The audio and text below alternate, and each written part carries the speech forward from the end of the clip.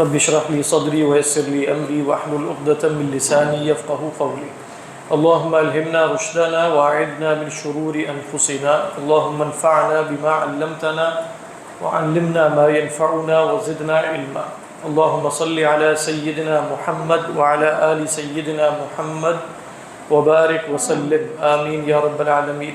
یہ آیت نمبر 71 پڑھ رہے ہیں سورۃ آل عمران میں سے۔ تو آخری جو ہم نے پڑھا تھا وہ تھا کہ قوله علیہ الصلاۃ والسلام کلابسی ثوبی زور، اور یہ انہوں نے دلیل کے طور پہ کہا تھا کہ اس کی ایک قرأت ہے تلبسون، اصل میں متواتر قرأت ہے تلبسون، تو یہ شاذ قرأت ہے تلبسون۔ تو لبیس یلبسو تو پہننے کے لیے آتا ہے، تو کہتے ہیں کبھی کبھار مجازن پہننے کے لیے بھی آ جاتا ہے، اور مجازی پہننے پر دلیل کیا دی انہوں نے؟ حدیث سے۔ وہ حدیث کیا ہے؟ المتشبع بما لم يعطى كلابس ثوبي الزور۔ متشبع سے مراد ہے جھوٹا دکھانا کہ بھئی میں بھرا ہوا ہوں، اندر سے بھرا ہوا نہیں ہوں، پیٹ بھرا ہوا میرا، یعنی میں یہ کہوں انا عالم ولست بعالم، یہ کیا ہے؟ لابس ثوب الزور، یا انا ولی اللہ ولست بولی اللہ، یہ کیا ہے؟ ان یظہر الانسان من نفسه ما لیس فیہ ویحبون ان یحمدوا بما لم یفعلوا۔ اس کے بعد فرماتے ہیں وَتَكْتُمُونَ الْحَقَّ، حق سے مراد ہے نبوت محمد صلی اللہ علیہ وسلم علیہ الصلاۃ والسلام، وَنَعْتَهُ وَأَنْتُمْ تَعْلَمُونَ عَالِمِينَ بِمَا تَكْتُمُونَهُ۔ اس کے بعد ایک واقعہ آ رہا ہے، فرمایا وَقَالَتْ طَائِفَةٌ مِّنْ أَهْلِ الْكِتَابِ، کہا اہل کتاب میں سے ایک جماعت نے آمنوا بالذی انزل علی الذین آمنوا وجہ النہار، ترجمہ واضح ہے نا کہ بھئی صبح سویرے تو ایمان لے آؤ۔ وجہ النہار کیوں کہا گیا؟ یہاں انہوں نے وضاحت نہیں کی۔ سب سے پہلے شے جو انسان کی نظر آتی ہے وہ کیا ہوتا ہے؟ نظر تو اور بھی کچھ آ سکتا ہے، لیکن انسان کی نگاہ جس پر پڑتی ہے وہ چہرہ ہوتا ہے۔ تو جو اول شے کسی کی ظاہر ہو وہ چہرہ ہوتا ہے، تو وجہ النہار کیا ہوا؟ پھر نہار کا چہرہ اس کا ابتدائی وقت ہی ہو سکتا ہے۔ تو دن کے ابتدائی حصے میں گویا فجر کی نماز کے بعد بعض روایات میں آتا ہے کہ اعلان کرنا مسجد نبوی میں کھڑے ہو کے کہ نحن آمنا بمحمد صلی اللہ علیہ وسلم۔ تو کیا فرماتے ہیں؟ ای اظہر الایمان بالقرآن اول النہار، اول النہار میں اظہار کر دینا ایمان کا، وَاکْفُرُوا آخِرَهُ، آخر میں کفر کر دینا۔ ابھی ہم یہودیوں کی باتیں کر رہے تھے، یہ یہودی تھے جنہوں نے یہ کام کیا۔ وَاکْفُرُوا آخِرَهُ، آخر میں انکار کر دو، لعلہم یرجعون، شاید کہ وہ بھی لوٹ آئے، کیونکہ آپ جانتے ہیں کہ وہ ہرقل کا سوال جو تھا کہ بھئی کوئی مرتد ہوتا ہے، وہ کہہ رہے نہیں ہوتا۔ ابو سفیان نے جواب دیا نا، تو کہہ رہے ہیں کہ یہ جو ایک ان کی ایک کیا کہیں شہرت ہو گئی ہے کہ کوئی ان میں سے پھرتا نہیں ہے، تو اس کو دیکھ کر شاید کچھ لوگ پھر گئے، لعلہم یرجعون۔ یہ فرماتے ہیں، اب دیکھیے وَاکْفُرُوا بِهِ آخِرَهُ، اسی قرآن کا انکار کر دینا آخر میں، لعلہم یشکون فی دینہم، تاکہ شاید یہ لوگ بھی اپنے دین میں شک کریں، ظنًا بأنکم رجعتم لخلل ظہر لکم، یہ گمان کرتے ہوئے کہ تم لوٹے اس لیے ہو کہ ایک کوئی خلل ہے دین میں جو تمہارے لیے ظاہر ہوا۔ بات پتہ ہے؟ یعنی یہ کون لوگ تھے؟ ذکر روایات میں کہ علماء تھے، علماء یہود بیٹھیں گے اللہ کے رسول صلی اللہ علیہ وسلم کی صحبت میں سارا دن، صبح ایمان لائیں، شام کو اعلان کریں گے کہ نہیں یہ وہ نہیں ہے، ہم غلط سوچ لیا۔ کتنا اثر ہوگا اس کا؟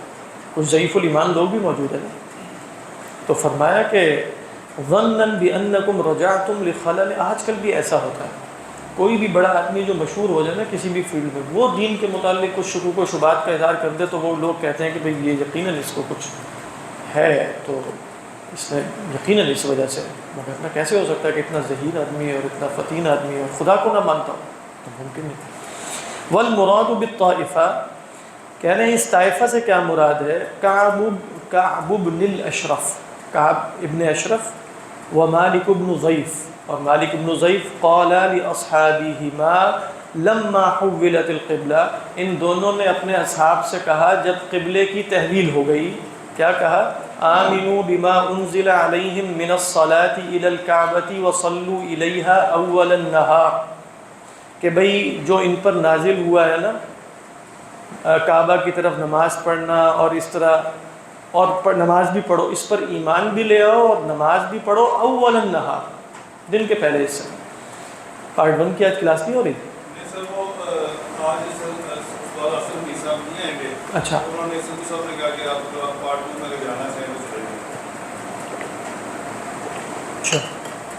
تو فرمایا کہ وصلوا الیہا اول النہار، پھر آخر میں کیا کرنا، ثم صلوا الی الصخرۃ آخرہ، آخر میں پھر صخرہ کی طرف یعنی بیت المقدس کی طرف پڑھ لینا نماز، لعلہم یقولون، شاید لوگ یہ کہیں ہم اعلم منا وقد رجعوا فیرجعون، یہ تو ہم سے زیادہ جانتے ہیں، یہ پلٹ گئے تو ہم بھی پلٹ جاتے ہیں۔ یہ سازش ہوتی ہے۔ یہ مرتد کی سزا موت ہے، یہ کب نافذ ہوئی؟ کیونکہ اگر وہ مسجد نبوی میں ایمان لا رہے ہیں اور عشاء کے وقت وہ کہہ رہے ہیں کہ نہیں جی، تو ان کو جانے دیا گیا ہے؟ اصل میں خیر یہ تو واقعہ ویسے مدنی، کیونکہ یہ سورہ آل عمران ہے نا، سن 3 کے آس پاس نازل ہو رہی ہے، تو محسوس تو یہی ہوتا ہے کہ مرتد کی سزا کا حکم اس وقت تک نہیں آیا، اور یہ جو اللہ کے رسول صلی اللہ علیہ وسلم کا فرمان ہے کہ من بدل دینا فاقتلوه، جو دین بدلے اس کو قتل کرو، یہ بات کی بات ہے جب خصوصاً جیسے جزیرہ نما عرب پر اسلام کا غلبہ ہو چکا ہے۔ تو باقی اس حدیث کو سمجھنے میں بھی علماء کا کچھ کلام ہے، کیونکہ آخری وقت تک اللہ کے رسول صلی اللہ علیہ وسلم نے ایسے منافقین کے خلاف جن سے کفر کا علی الاعلان صدور ہو جاتا تھا کوئی اقدام نہیں کیا۔ تو لیکن بات یہی ہے، مرتد پر حجت بھی تمام کی جاتی ہے، مرتد سے پوچھا جاتا ہے، اس کو فوراً قتل نہیں کیا جاتا، فقہا کہتے ہیں 3 دن تک، پھر اس کے پاس علماء لائے جائیں گے کیوں تم نے کفر کیا، اور اس کی جو دلیل ہے اس کا جواب دیا جائے گا۔ اگر یہ ہم نہ کر سکیں، اس کے شبے کو دور نہ کر سکے، تو پھر سزا نافذ نہیں ہوتی۔ تو لہٰذا بعض علماء نے یہ کہا آج کے زمانے میں کہ جب شبہات اتنے پھیل چکے ہیں تو اتنی آسانی سے مرتد کی سزا تھوڑی نافذ ہوگی۔ اب ہر وقت بندہ کوئی سوشل میڈیا پہ سن رہا ہے، اس کی جیب میں ہے الٹی سیدھی باتیں، شبہات کا شیوع ہے، تو پہلے یا تو ایسے علماء اور ایسے محققین جو واقعتاً شبہات کی نفی کر سکتے ہو نا، ہمارے ہاں تو ہے ہی کوئی نہیں، مطلب آپ لوگوں کے القاب پڑھیں اور مطلب متکلم اسلام اور فلانا ڈمکانا اور ساری باتیں ان کی نور و بشر کے مسئلے پہ چل رہی ہیں۔ متکلم اسلام ہے، کون سا متکلم اسلام؟ لیکن آج کل یہی ہے۔ بہرحال وقیل، اور یہ بھی کہا گیا کہ اثنا عشر من احبار خیبر، خیبر کے 12 علماء انہوں نے یہ طے کیا، تقابل کہتے ہیں ایک دوسرے سے قول و پیمان کرنا، قول سے نکلا ہے نا، قرار، عہد و پیمان کرنا، تقابلوا بأن يدخلوا فی الاسلام اول النہار، آپس میں باتیں کر کے کہنے لگے کہ بھئی اول النہار میں اسلام میں داخل ہو جانا، وَيَقُولُ آخِرَهُ، اور آخر میں کیا کہنا ہے کہ نظرنا فی کتابنا، ہم نے اپنی کتاب میں بھی کافی غور کیا، وَشَاوَرْنَا عُلَمَاءَنَا، اپنے علماء سے مشاورت بھی کی ہے، فَلَمْ نَجِدْ مُحَمَّدًا صلی اللہ علیہ وسلم بِالنَّعْتِ الَّذِي وَرَدَ فِي التَّوْرَاةِ، تو ہم نے محمد صلی اللہ علیہ وسلم میں وہ صفت نہیں پائی جو تورات میں وارد ہوئی۔ اب دیکھیں یہ بڑی بات ہوتی ہے نا، جیسے آج کل اورینٹلسٹ اس وقت تو اتنے نہیں ہیں جتنے استعمار کے زمانے میں ان کی بھی ایک کھیپ آنا شروع ہو گئی تھی نا، تو وہ یہی غور کر رہے ہیں اور بڑی کتابوں کی تحقیق، ہاں محمد بہت بڑے آدمی تھے اور سب کچھ، لیکن رسول تو نہیں تھے۔ تو اسی طرح کی باتیں ہوتی ہیں، یعنی لم نجد محمدًا صلی اللہ علیہ وسلم بالنعت الذی ورد فی التوراۃ لعل اصحابہ یشکون فیہ، شاید کہ اللہ کے نبی صلی اللہ علیہ وسلم کے صحابہ بھی اس میں شک کرنا شروع کرتے۔ اس کے بعد کیا کہتے ہیں، وَلَا تُؤْمِنُوا إِلَّا لِمَنْ تَبِعَ دِينَكُمْ، اس آیت کی ایک سے زیادہ تفسیریں، پہلے وہ پڑھ لیتے ہیں جو امام بزاوی نے نقل کی۔ فرمایا کہ ترجمہ ہے اپنے ایمان کا اظہار نہ کرنا مگر اس کے لیے، یہ امام بزاوی کا ترجمہ کر رہا ہوں، اپنے ایمان کا اظہار نہ کرنا مگر اس کے لیے جو تمہارے دین کا پیروکار ہے۔ کیا مطلب ہے آگے دیکھیں، وَلَا تُقِرُّوا عَنْ تَصْدِيقِ قَلْبٍ إِلَّا لِأَهْلِ دِينِكُمْ، کہتے ہیں تصدیق قلب کا اقرار نہ کرنا مگر اپنے دین والوں سے۔ کیا مطلب، جو تمہارے دین میں تمہارے بھائی بند ہیں نا، جو تمہیں جانتے ہیں، ان کو تو بس بتا دو کہ دل سے نہیں مان رہے، ان کے سوا کسی کو نہ بتانا، کہیں یہ بات پھیل نہ جائے، تو پہلے ہی پھیل گئی تو وہ تو بھانڈا پھوٹ جائے گا، تو سب کو معلوم ہو جائے گا۔ تو یہاں تؤمنوا الا لمن تبع دینکم کا پہلا مطلب کیا بیان کیا، لا تقروا، اقرار نہ کرنا، ٹھیک ہے، لا تقروا، اقر یقر اقرارا، عن تصدیق قلب، دل کی تصدیق سے کا اقرار نہ کرنا، الا لاہل دینکم، مگر اپنے اہل دین کے لیے۔ او، اب اگلی بات کیا، لا تظہروا ایمانکم وجہ النہار الا لمن کان علی دینکم، اگلی بات کیا ہے دیکھیں، وَلَا تُؤْمِنُوا إِلَّا لِمَنْ تَبِعَ دِينَكُمْ کا اگلا مفہوم بیان کر رہے ہیں، پہلے اردو میں سمجھ لیں کہ اب اس بات کا اظہار نہ کرنا کہ ہم محمد صلی اللہ علیہ وسلم کے دین پر چلے گئے ہیں مگر ان لوگوں کے سامنے جو پہلے تمہارے دین پر تھے یہودیوں میں سے اب نہیں رہے. یعنی یہودیوں میں سے بھی بہت سے لوگ ایمان لے آئے تھے نا، تو یہ جو تم نے بتانا ہے نا کہ ہم بھی ایمان لے آئے ہیں، انہی کو جا کر بتانا، عبداللہ ابن سلام جیسے لوگوں کو کہ ہم بھی مان چکے ہیں، اور کسی کو نہیں بتانا. اچھا پھر کیا ہوگا؟ فَإِنَّ رُجُوعَهُمْ أَرْجَى وَأَهَمْ، کیونکہ ان کا رجوع کرنا زیادہ امید بھی ہے اس میں اور وہ زیادہ اہم بھی ہے. یعنی اپنے لوگوں جیسے یہودیوں کے لیے یہودی اہم ہے نا، باقی اوس اور خزرجی جو ہیں وہ جو مرضی ہیں، لیکن یہ ایک یہودی چھوڑ کے مسلمان ہو گیا، ان کو واپس لانا زیادہ اہم ہے، اور ان کی واپسی کی ہمیں امید بھی زیادہ ہے کہ جب اتنے بڑے 12 علماء خیبر کے علماء مشہور تھے، تو 12 علماء وہاں سے آئے ہیں، ایمان لے آئے ہیں، اور پھر شام کو کہہ رہے ہیں کہ نہیں وہ تو نہیں ہے، بڑا اثر ہوگا اس کا. تو کیا ہوا؟ 2 ترجمے کیا بنے؟ پہلا تھا کہ اپنے اس تصدیق قلب کا اقرار نہ کرنا کہ ہم اندر سے ابھی تمہارے ساتھ ہی ہیں مگر اپنے اہل دین کے لیے. دوسرا معنی کر رہے ہیں کہ لا تؤمنوا الا لمن تبع دینکم سے مراد ہے کہ تم اپنے اس ایمان کا اظہار کہ ہم محمد صلی اللہ علیہ وسلم پر ایمان لے آئے ہیں ان لوگوں کے سامنے کرنا جو پہلے تمہارے دین پر تھے اب ادھر چلے گئے، کیونکہ ان کا لوٹنا زیادہ اہم بھی ہے اور زیادہ امید بھی ہے ان کے لوٹنے. بات یہ امام صاحب نے یہاں 2 معنی بیان کیے. تیسرا معنی اس کا یہ بھی ہے کہ اب جب وہ بھیج رہے ہیں انہیں تو خطرہ ہے نا کہ اصلی میں ہی مومن نہ ہو جائے. اس کا بھی تو امکان ہے کہ اللہ کے رسول صلی اللہ علیہ وسلم کی صحبت میں بیٹھیں گے تو کہیں ایمان ہی نہ لے آئیں، اور واقعتاً اس کا اثر ہے. صبح سے شام تک آپ کی صحبت میں بیٹھے تو چاہے پہلے منافق تھے لیکن اثر تو ہو سکتا ہے. لہذا تاکید کر کے بھیج رہے ہیں وَلَا تُؤْمِنُوا إِلَّا لِمَنْ تَبِعَ دِينَكُمْ. دیکھو بات اسی کی ماننی ہے جو تمہارے دین کا پیروکار. یہ سمجھ میں آ رہی ہے بات؟ یہ تیسرا معنی بھی بعض علماء نے، دیکھو جا تو رہے ہو، دل سے ایمان نہ لے آنا تو سارا مسئلہ خراب ہو جائے گا. جی ہاں کیا بات تھی؟ ہاں تیسری بات یہ ہے کہ وَلَا تُؤْمِنُوا إِلَّا لِمَنْ تَبِعَ دِينَكُمْ، کہ تم بات اسی کی ماننا جو تمہارے دین کی پیروی کرے. بات سب یعنی جو تمہارے قبلے کی پیروی کرے، جو دین یہود پر ہو، اس کے سوا کسی کی بات نہیں مانی. ظاہر میں کہہ دو آمینو، کوئی حرج نہیں. اچھا یہاں تک بات واضح؟ ہاں آگے چلیں. فرمایا قل ان الہدی ہدی اللہ. یہ جو اب آگے کچھ کلام آ رہا ہے نا یہ تھوڑا سا مشکل ہے، اس کی 1 سے زیادہ توجیحات ہیں، ان کو سمجھنا ذرا غور سے سمجھیے گا. قل ان الہدی ہدی اللہ. عثمان صاحب آپ بے شک آگے آ جائیے، آگے بھی 1-2 سیٹیں خالی پڑی ہیں. قل ان الہدی ہدی اللہ، کہہ دیجئے بے شک اللہ کی ہدایت ہی ہدایت ہے، بے شک اللہ کی ہدایت ہی الہدایت ہے. یہدی، اب اس سے مراد کیا ہے؟ اچھا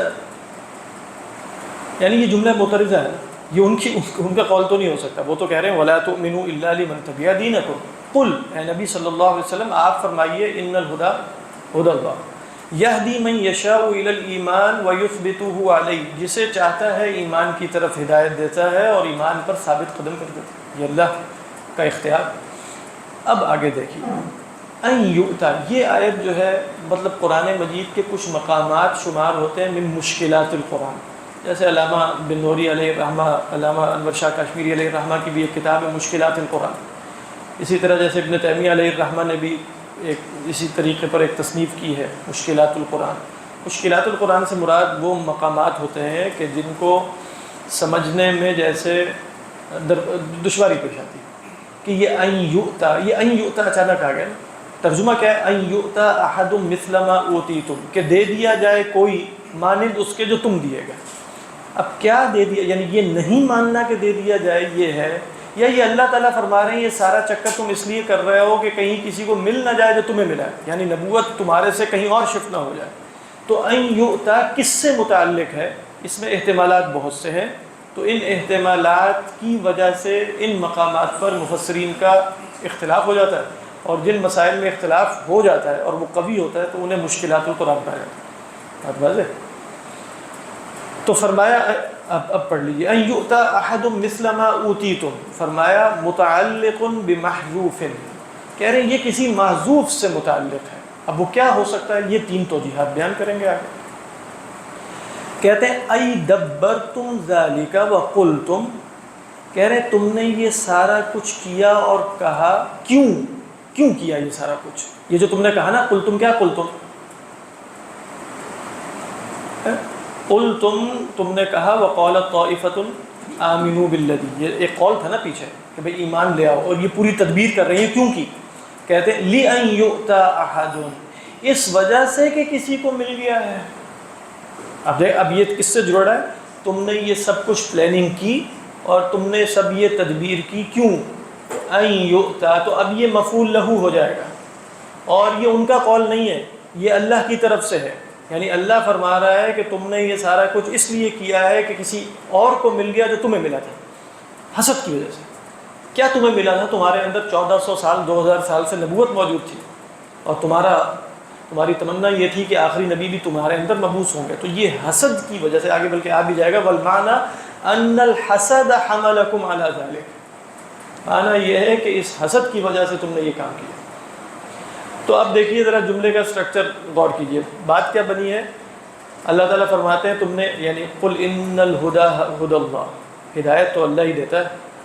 ان یؤتا احد، یہ سارا کچھ تم نے اس لیے کیا کہ کسی کو دے دیا گیا ہے مثل ما اوتیتم، مانند اس کے جو تمہیں دیا گیا ہے.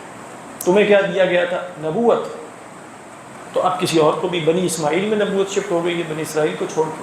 تو تمہیں اس کی وجہ سے سب، سورہ بقرہ میں بھی ہم پڑھ چکے ہیں، حسدا من عند انفسہم من بعد ما تبین لہم الحق. یہ پہلی ترکیب. بات واضح کہ نہیں واضح؟ تو فرمایا والمعنی ان الحسد، معنی یہ ہے کہ حسد نے حملکم علی ذالک. اچھا یہ پہلی ترکیب ہو گئی. او، اب یہ دوسری ترکیب ہے، او بلا تؤمنوا، ای کیا مطلب؟ یا یہ متعلق ہوگا لا تؤمنوا کا. پیچھے ہم نے کیا پڑھا تھا؟ ولا تؤمنوا الا لمن تبع دینکم. ہم نے وہاں پہلا ترجمہ یہ کی، دوسرا ترجمہ یہ کیا تھا کہ اس کو ظاہر نہ کرنا اپنے اس ایمان کو مگر انہی لوگوں کے سامنے کہ جو تمہارے دین پر تھے اور بعد میں شفٹ ہو گئے. تو فرماتے ہیں ولا تظہروا ایمانکم بان یؤتا احد مثل ما اوتیتم الا لاشیاعکم ولا تفشوه الى المسلمین لئلا یزید ثباتهم ولا الى المشرکین لئلا يدعوهم الى الاسلام. کہتے ہیں کہ اپنے اس ایمان کو، ان کو پتہ ہے کہ نبوت تم سے شفٹ ہو گئی ہے. اس میں کیا ہے؟ اس دوسری رائے میں یہ ہے کہ انہیں معلوم ہے کہ آخری نبی نے بنی اسرائیل میں سے نہیں آنا. بات سمجھ میں آ رہی ہے؟ کہتے ہیں اپنے اس ایمان کو ظاہر نہ کرنا. کس بات پر ایمان؟ کہ کسی اور کو مل گیا ہے جو تمہیں ملا ہے.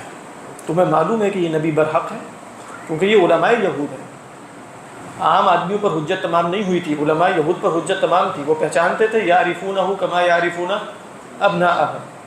تو اب فرما یہ رہے ہیں کہ دیکھو اس بات کو ظاہر نہ کرنا، اپنے اس ایمان کو کہ کسی اور کو بھی دیا جا سکتا ہے مانند اس کے جو تمہیں دیا گیا.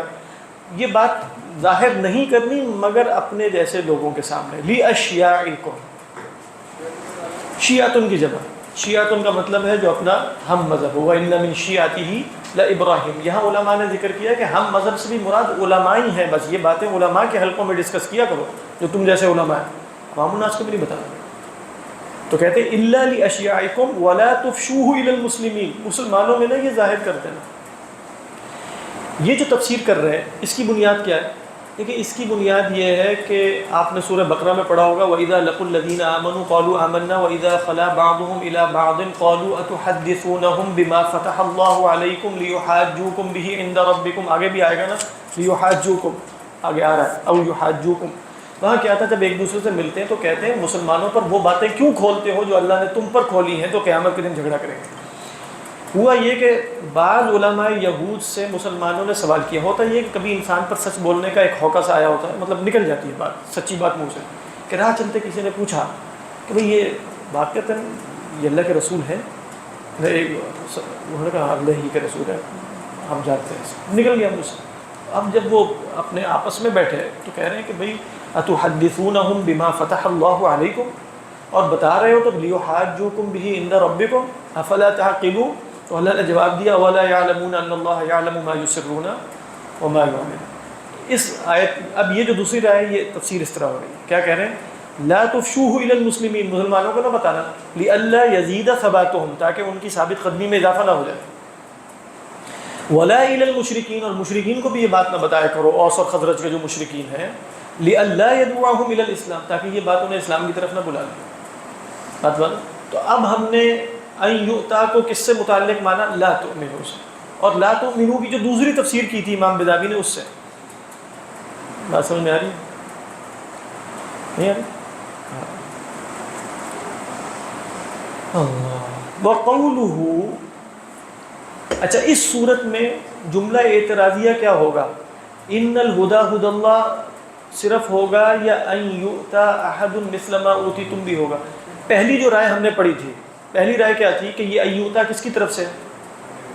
اللہ کی طرف سے. تو پھر یہ پورا جملہ اعتراضیہ ہے. کیا مطلب؟ قل ان الہدیٰ ہدی اللہ ان یؤتا احد مثل ما اوتیتم. دوسری رائے کے مطابق ان یؤتا کا تعلق ہم نے کہاں سے جوڑا؟ ولا تؤمنوا سے. تو اب جملہ اعتراضیہ کیا رہ جائے گا؟ قل ان الہدیٰ ہدی اللہ. مطلب قل ان الہدیٰ ہدی اللہ. تو فرمایا وقولہ قل ان الہدیٰ ہدی اللہ اعتراض. یہ کیا ہے؟ اعتراض. اعتراض سے کیا مراد ہے؟ جملہ معترضہ. یعنی یہاں اعتراض سے مراد کسی پر اعتراض کرنا نہیں ہے، اعتراض سے مراد ہے جملہ معترضہ ہے. دو نحوی ترکیب میں دو جملے جو آپس میں جڑے ہوں، ان کے بیچ میں ایک ایسا جملہ آ جائے جو اس نحوی ترکیب کا حصہ نہ ہو تو وہ جملہ معترضہ ہوتا ہے. تو ہم نے کیسے جوڑ دیا پیچھے سے؟ وَلَا تُؤْمِنُوا إِلَّا لِمَنْ وَلَا تُؤْمِنُوا أَن يُؤْتَى جوڑ دیا نا اس کے ساتھ. تو بیچ میں جو قل ان الہدیٰ ہدی اللہ رہ جائے گا تو اب وہ اعتراض ہے. تو کیا فرمایا کہ وَقَوْلُهُ قُلْ إِنَّ الْهُدَى هُدَى اللَّهِ اعتراض. یہ اعتراض ہے. يَدُلُّ عَلَىٰ أَنَّ كَيْدَهُمْ لَا يَحْلَىٰ بِطَائِلٍ، جو دلیل اس بات پر ہے کہ ان کی چال کوئی فائدہ نہیں حاصل کرے. حلیہ یحلا کا مطلب ہے مزین ہونا. مزین نہیں ہوگی کس سے؟ بطائل. طائل کہتے ہیں فائدے کو. کوئی فائدہ نہیں ہوگا. کیوں؟ اس لیے کہ قل ان الہدیٰ ہدی اللہ، یعنی جو مرضی یہ کام کریں، دین سے ہٹانے کے لیے پلاننگز کریں، ان الہدیٰ ہدی اللہ. یہ بھی ایک جملہ اعتراض دیا.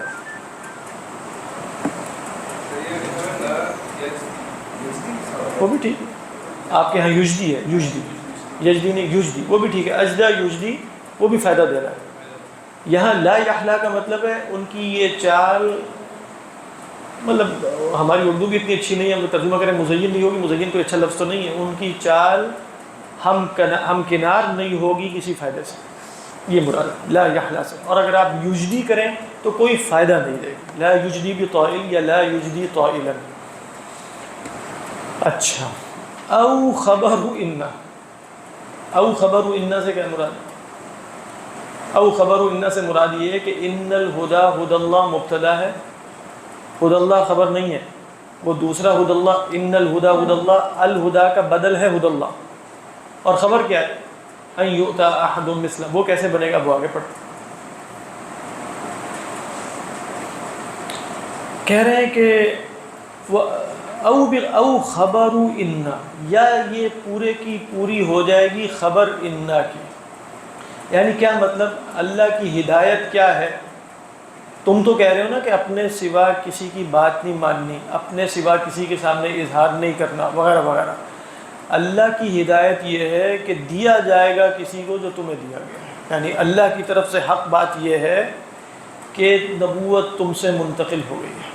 خلاصہ یعنی یہ اللہ کی طرف سے حق بات ہے. قل ان الہدیٰ، اچھا اس کی خبر ہدی اللہ نہیں ہے اس رائے کے مطابق. یہ کیا ہے؟ بلکہ الہدیٰ کا بدل. قل ان الہدیٰ ہدی اللہ، بے شک الہدیٰ جو اللہ کی ہدایت ہے. اب ہم ترجمہ کیسے کریں گے؟ ہدایت اللہ کی ہدایت ہے نہیں.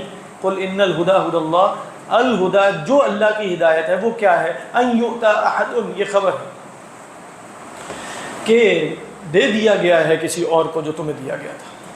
یہ اللہ کی ہدایت ہے. سچی بات یہ ہے کہ نبوت بنی اسماعیل کو دی جا چکی ہے. جو مانو یا نہ مانو، بات بات.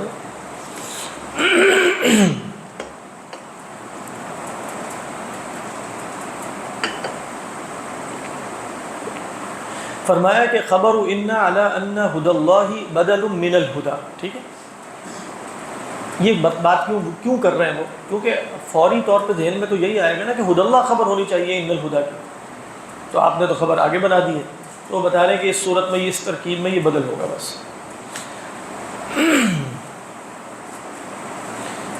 وقراءۃ ابن کثیر، وقراءۃ ابن کثیر، ابن کثیر کی جو ابن کثیر کو آپ جانتے ہیں، ابن کثیر من القراء المشہورین، یہ وہ ابن کثیر نہیں ہوتے جو مفسر ہیں. وقراءۃ ابن کثیر، ابن کثیر کی قرأت یہاں ہے ان یؤتی علی الاستفہام للتقریء تؤید الوجہ الاول. کہہ رہے ابن کثیر کی جو قرأت ہے وہ استفہام کے ساتھ ہے. استفہام کیا ہے؟ استفہام ہے قل ان الہدی ہدی اللہ ان یؤتی احد. سمجھ میں آ رہی ہے کہ نہیں؟ جو ان یؤتی ہے ہمارے ہاں تو بغیر حمزہ استفہام کے ہے نا، انہوں نے حمزہ استفہام کے ساتھ پڑھا. اچھا کہہ رہے ہیں اگر حمزہ استفہام کے ساتھ پڑھا جائے گا تو کون سی تین توجیحات بیان کی ہیں نا نحوی، کس کی تائید ہو رہی ہے؟ پہلے والے کی. کیسے؟ کیونکہ پہلے والے میں ہم نے بنایا تھا مفعول لہو، ہم نے کہا کہ بھئی یہ تم نے کام اس لیے کیا ہے کہ کسی اور کو دے دیا گیا، جو تو یہاں بھی یہ مفہوم نہیں ہوگا نا. کیا اس وجہ سے کہ کسی اور کو دے دیا گیا جو تمہیں دیا گیا. تو ان دی اینڈ چاہے آپ استفہام بنائیں یا مفعول لہو بنائیں، تو کہتے ہیں استفہام والی جو قراءت ہے اس میں تائید کس کی ہو رہی ہے؟ الوجہ الاول کی. اور تقریع کس کو کہتے ہیں؟ ڈانٹ. وہ بھی ڈانٹ تھی، حسد کی وجہ سے کر رہے ہو نا. یہ بھی کیا اس وجہ سے کر رہے ہو کہ کسی اور کو مل گیا جو تمہیں ملا. دونوں صورتوں میں یہ تقریع ہے. تقریع کس کو کہتے ہیں؟ ڈانٹ کو، ڈانٹا جا رہا ہے. یہ متواتر ابن کثیر کی قرأت متواتر.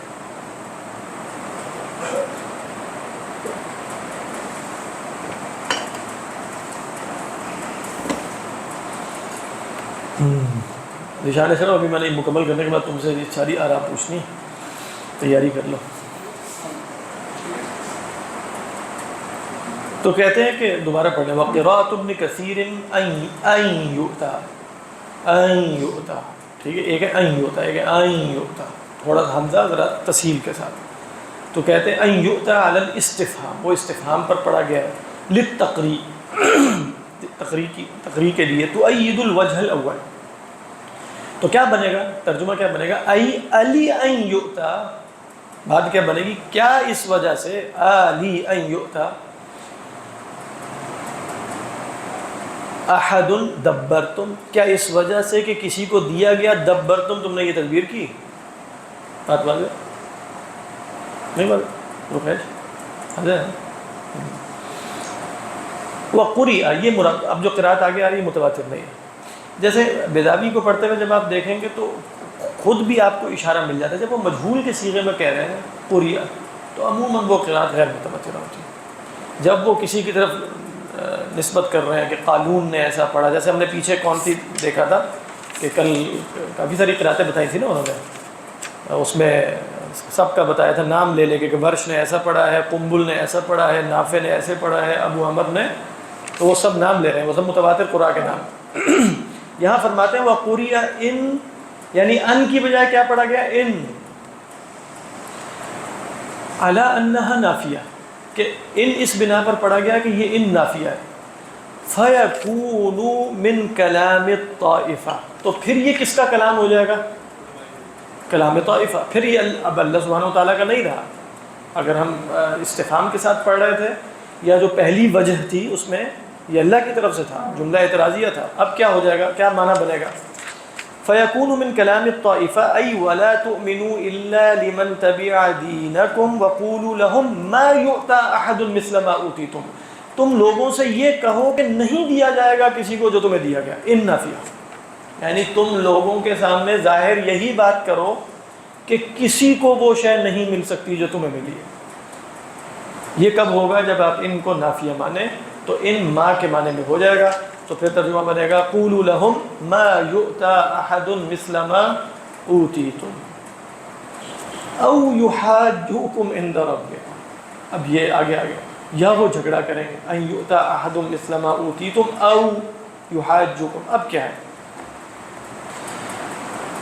کہہ رہے ہیں عطف علی ان یؤتی علی الوجہین الاولین، کہہ رہے ہیں کہ پہلی دو جو وجہ تھیں، پہلی دو جو وجہ تھیں نحوی، اگر وہ ہم لیں گے تو یہ عطف ہوگا ان یؤتی پر، ٹھیک ہے. یحاجوکم کس پر ہوگا؟ عطف کس پر ہوگا؟ بتاؤ، عطف بنا کے دکھاؤ نا کیسے بنے گا. یعنی کیا تھا پہلی دو وجہ، پہلے دیکھو پہلی دو وجہ کیا تھی نحوی ترکیب کے اعتبار سے. یعنی کیا تھا؟ لی ان، کیا تھا وہ؟ ہاں مفعول لہو. پہلی وجہ کیا تھی؟ وہ مفعول لہو تھی. یعنی ان یؤتا اس وجہ سے کہ کسی کو مل گیا تو تم نے یہ سب کچھ کیا. بات واضح. تو پھر کیا ہوگا؟ اس وجہ سے کہ وہ جھگڑا کریں گے تمہارے رب کے ہاں تو تم نے یہ سب کچھ کیا. سمجھ میں آئی کہ ان کو پتہ نہ چل جائے، پتہ چلے گا تو وہ کیا کریں گے؟ بما فتح اللہ علیکم لیحاجوکم بہ عند ربکم. تو تم نے یہ سب کچھ اس لیے کیا کہ وہ جھگڑا نہ کرے تمہارے رب کے ہاں. ان یؤتا او یحاجوکم، کہ کسی کو مل نہ جائے تو وہ جو تمہیں ملا، یا اس وجہ سے کہ وہ جھگڑا کریں تم نے یہ تدبیر کی. سمجھ میں آئی؟ یہ کب ہوگا؟ جب آپ اس کو وجہ اول پر اس کا عطف مفعول لہو بن جائے گا. کیونکہ آپ دیکھ رہے ہیں نا، ہے تو صحیح اس پر عطف، کیونکہ انڈین اس کا نون گرا ہوا ہے. ٹھیک ہے، وہاں بھی کیا تھا ان یؤتا، اب یہاں بھی کیا ہے یحاجونکم تو نہیں ہے، او یحاجوکم. اچھا دوسری وجہ پر بھی کہتے ہیں ان یؤتا پر ہی ہے. دوسری وجہ کیا تھی؟ ہاں یعنی ولا تؤمنوا بأن یؤتی احد مثل ما اوتیتم. تو کیا فرماتے ہیں؟ تو کیا بنے گا؟ ذرا بتا کے بتانا. سارا کام تم میرے اوپر چھوڑ دیا نا کہ بتاؤ، دماغ گھومنا شروع ہو گیا ہے نا. پوری آیت کی ترکیب بالکل کچھ سمجھ نہیں آ رہا. سمجھ تو آ رہا ہے انڈین، لیکن آپ دیکھیں کتنا اس کے اندر کمپلیکیشن ہے.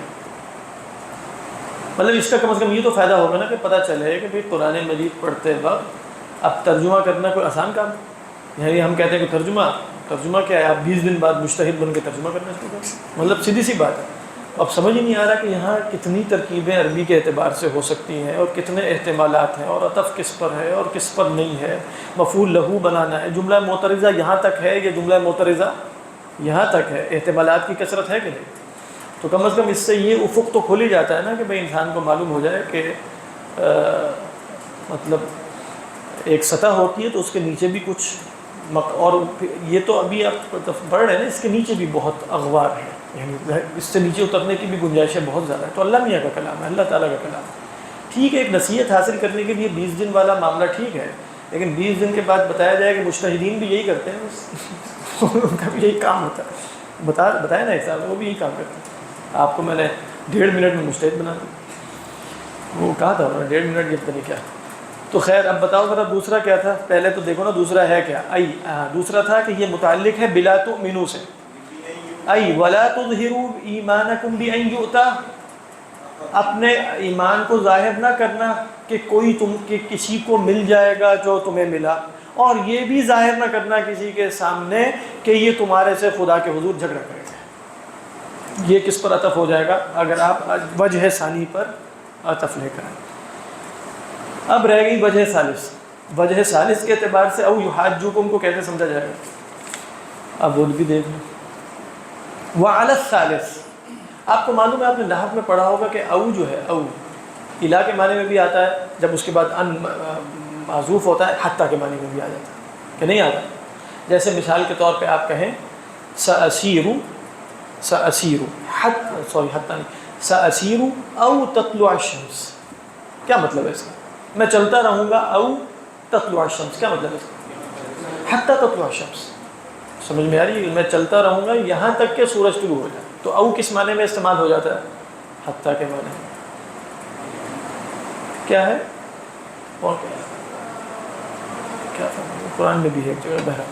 تو فرمایا کہ وعلی الثالث معناہ حتی یحاجوکم عند ربکم فیدحضوا حجتکم. کیا مطلب؟ تیسرا تھا، پہلے تیسری وجہ بتائیں، وہ تھی کیا تیسری وجہ ہے؟ نہیں، تیسری وجہ کیا تھی کہ یہ خبر کس کی ہے؟ خدا جو ہے اس کا ان الہدا ہدی اللہ، اس کی خبر کیا ہے؟ ان یؤتی احد مثل ما اوتیتم حتی یحاجوکم عند ربکم. سمجھ میں آ رہی؟ یعنی کہہ دیجئے کہ ہدایت اللہ کی ہدایت، اللہ فرما رہے ہیں، اب یہ جملہ ان کا قول نہیں ہے. ہدایت جو اللہ کی ہدایت ہے وہ یہ ہے کہ تمہارے کسی اور کو دے دیا جائے گا جو تمہیں دیا گیا ہے، یہاں تک کہ وہ قیامت کے دن خدا کے حضور تم سے جھگڑا بھی کریں گے. جو تمہارا سارا خوف ہے نا کہ جھگڑا نہ کریں، نہیں ہوگا. حتی یحاجوکم عند ربکم، یہاں تک کہ وہ وقت آ جائے گا جب وہ تمہارے رب کے ہاں تم سے جھگڑا کریں گے. تو یہ کب ہوگا؟ یہ وجہ ثالث پر. وجہ ثالث میں کیا بتایا کہ او بمانا کیا ہوگا؟ کہتے ہیں وعلی الثالث معناہ حتی یحاجوکم، تاکہ، یعنی اللہ تعالیٰ فرما رہا ہے کہ ہم نے واقعی شفٹ کر دیا ہے اور اس کا نتیجہ یہ نکلے گا کہ وہ جھگڑا کریں گے اور تمہاری دلیل کو اللہ کے ہاں باطل قرار دے دیں گے. حتی یحاجوکم عند ربکم فیدحضوا حجتکم، تو تمہاری دلیل کو ملیا میٹ کر دیں گے. ادحاظ کہتے ہیں جیسے ہٹا دینا. سر یہ جن کے مطلب سمجھ نہیں آ رہی کہ بیسک کنسیپٹ کو کلیئر نہیں تھے، جتنے بڑے عالم بنے ہوئے تھے، مطلب اگر لوگ آپس میں اس لیے دیکھیں اللہ میاں نے وہاں کہا نا، دیکھیں وہاں جیسے بعض علماء نے یہ ذکر کیا کہ عقل کی دو قسمیں جو مجدد الفسانی اپنے مکتوبات میں بار بار کہتے ہیں نا. ایک ہے عقل معاش، کہتے ہیں ایک ہے عقل معاد. اب آپ دیکھیں گے یہود عقل معاش کے اعتبار سے وہ فرماتے ہیں کہ بالکل جیسے پار ایکسیلنس ہے، مطلب ٹاپ پہ ہے، ان سے آگے کوئی بھی نہیں.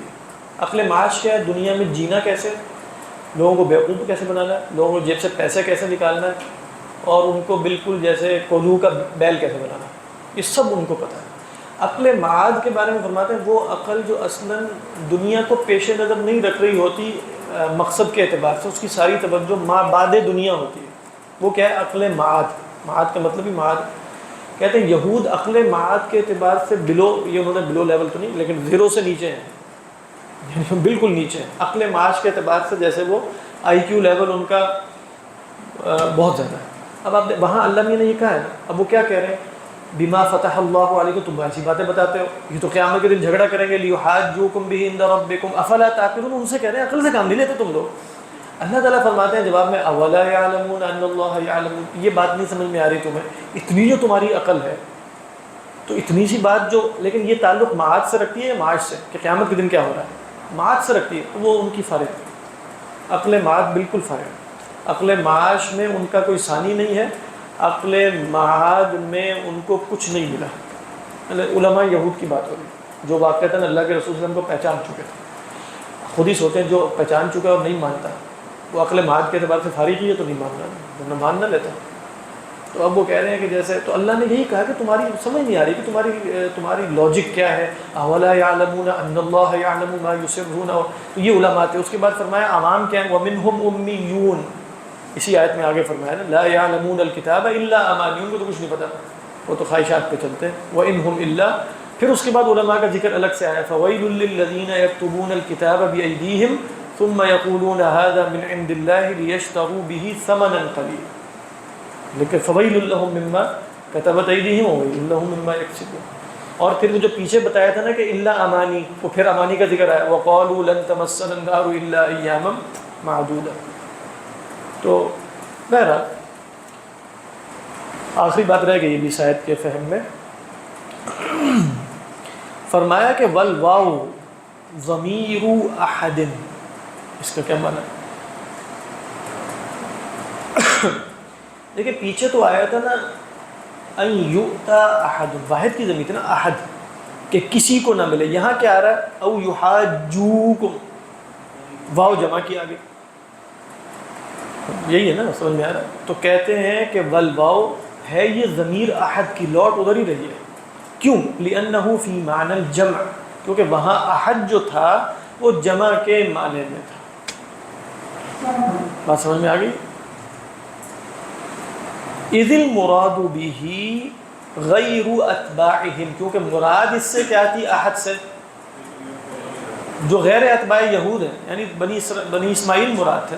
تو جب بھی ہم بھی یہی کہتے ہیں شرطیہ کلام میں اس میں کہ کسی کو، تو کسی سے مراد ایک لے رہے ہوتے ہیں، جب جمع کے معنی میں لے رہے ہوتے ہیں نا، کسی کو نہیں ملے گا، تو کسی سے مراد یہ نہیں کہ ایک صاحب کو نہیں ملے گا باقی سب کو مل جائے گا، نہیں، کسی کو بھی نہیں ملے گا، سب کے سب کو نہیں ملے گا۔ تو اب یحاجو میں جو واؤ کی جمع کی ضمیر ہے وہ لوٹ احد کی طرف ہی رہی ہے، جو لفظ کے اعتبار سے مفرد ہے، معنی کے اعتبار سے کیا ہے؟ جمع۔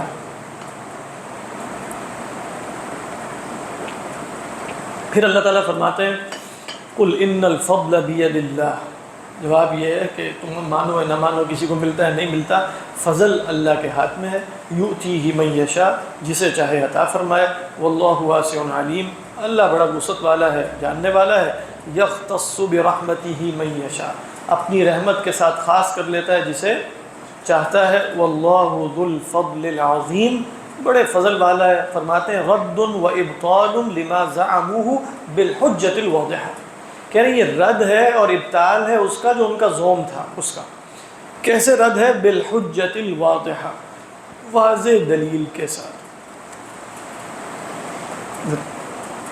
صدق اللہ العظیم۔ ذرا مصحف لا دیجیے، پھر سورہ مریم تھوڑی سی پڑھ۔ عیسیٰ علیہ السلام تو انہی میں سے تھے، تو ان کے ساتھ بھی ان کا جو تھا تفسیر کا وغیرہ۔ اصل میں حضرت عیسیٰ کے اگر آپ وہ پڑھیں نا، جیسے سرمنز وغیرہ جو واضح و نصیحت، وہ سب کے سب جیسے علماء، شکریہ، علماء یہود کو خطاب کریں اور کہہ رہے ہیں کہ تم ایسے ہو اور خنزیر کی اولاد اور سانپوں کے مانند اور پتہ نہیں کیا۔ وہ سرمن آف دی ماؤنٹ جو ہے ان کا مشہور ہے نا، تو اصل میں آ کر جب علماء سو سے خطاب کیا ہے نا اور نظر آ رہا ہے، تو ان کا اصل مسئلہ یہ تھا بھی نہیں ویسے کہ بنی اسرائیل بنی اسماعیل، اصل مسئلہ یہ کہ ہماری چودراہٹ ختم نہ ہو بس۔